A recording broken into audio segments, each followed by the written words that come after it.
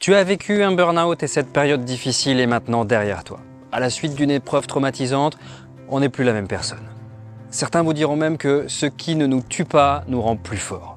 Connerie. Tu vas voir dans cette vidéo que ça n'est pas totalement vrai et parfois même ça s'avérera bien pire qu'avant.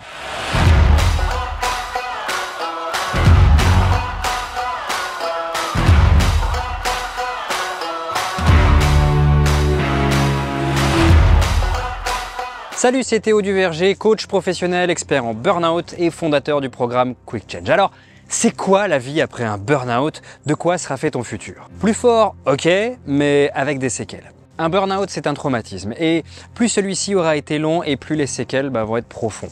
Oui, malheureusement pour ceux qui auront vécu un burn-out, ça va laisser des marques.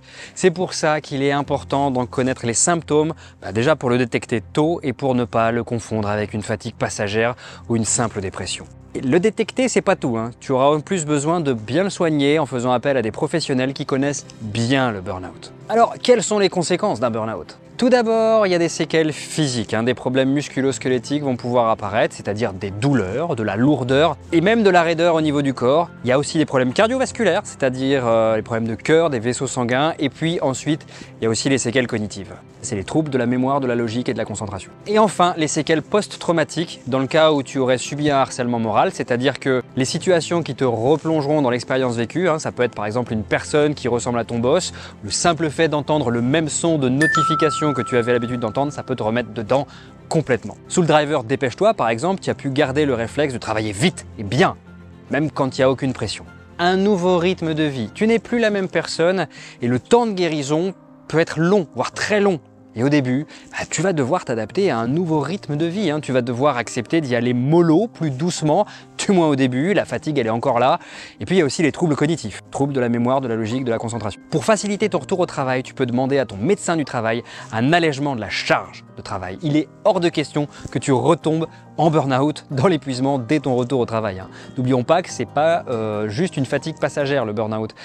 Ça serait tellement simple, un petit repos ça suffirait. Et c'est dans ce sens qu'il va être important aussi de dormir suffisamment, de trouver des moments dans la journée pour se reposer, se ressourcer. Des activités de relaxation, oui, ça peut être une bonne idée aussi. Ça aide à ralentir les pensées et donc à réussir à se reposer.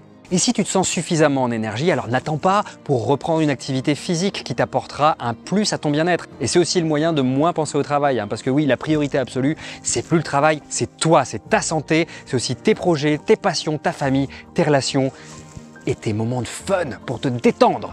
Connaître la recette pour ne pas remanger 100 fois le même plat. Il y a une étape importante pour réussir à tourner la page de ce burn-out. C'est une étape douloureuse, mais elle est nécessaire si tu ne veux pas rechuter. T'imagines, tu reviens un burn-out encore et encore et encore, ce cauchemar?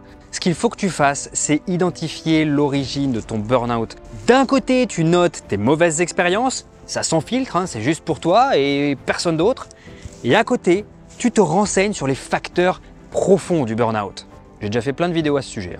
Et avec tout ça, tu regroupes les informations pour connaître tes causes à toi, les causes de ton burn-out. Tu pourras noter qu'il y a deux types de raisons, celles qui sont superficielles, trop de travail, manque de reconnaissance, patron pas cool, et puis il y a des raisons beaucoup plus profondes liées à ta personnalité, à ton éducation. Après le tsunami, le soleil.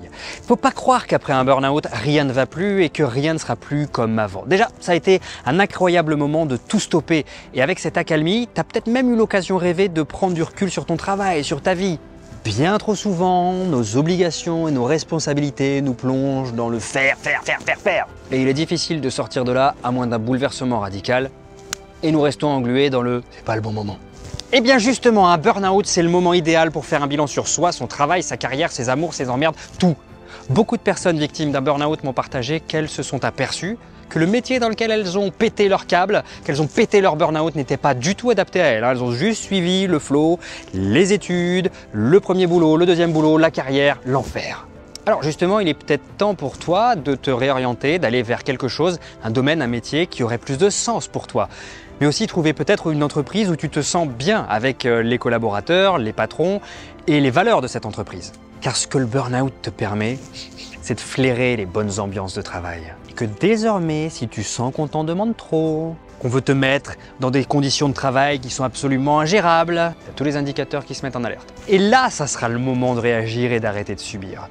Ces mécanismes de protection, tu n'aurais peut-être jamais pu les avoir sans passer par ce que tu as vécu. Donc si tu sors d'un burn-out, vas-y tranquillement, ne cherche pas à faire aussi bien qu'avant. Le burn-out t'a changé, alors prends le temps de te reconnecter à toi. Trouve tes besoins, trouve tes envies et construis-toi ton nouveau rythme. Prends du temps pour avoir du recul, analyser ton passé, ce que tu as vécu.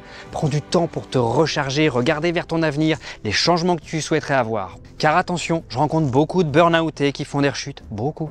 Et c'est pas parce que vous avez fait un burn-out que vous ne pouvez pas en faire un autre. Alors, regarde bien ce qui a été les causes de ton burn-out et fais un travail sur toi. Le burn-out, ça peut être aussi un vrai tremplin pour revoir sa vie de A à Z et la façonner telle qu'on l'aimerait réellement. Et plusieurs fois déjà, j'ai pu entendre que grâce à leur burn-out, des personnes ont réussi radicalement à changer de vie pour aller vers quelque chose de plus harmonieux, de plus aligné avec leurs valeurs et puis avoir un meilleur équilibre de vie pro et perso. Cette vidéo t'a plu, mais alors t'es crevé, bon bah c'est normal, t'es peut-être en situation de burn-out, donc si tu veux vraiment t'en sortir, tu cliques sur le lien qui est sous la vidéo juste là, et puis je te retrouve de l'autre côté dans la conférence en ligne que j'ai faite pour toi, les 6 étapes pour quitter définitivement le burn-out. Je te dis à tout à l'heure.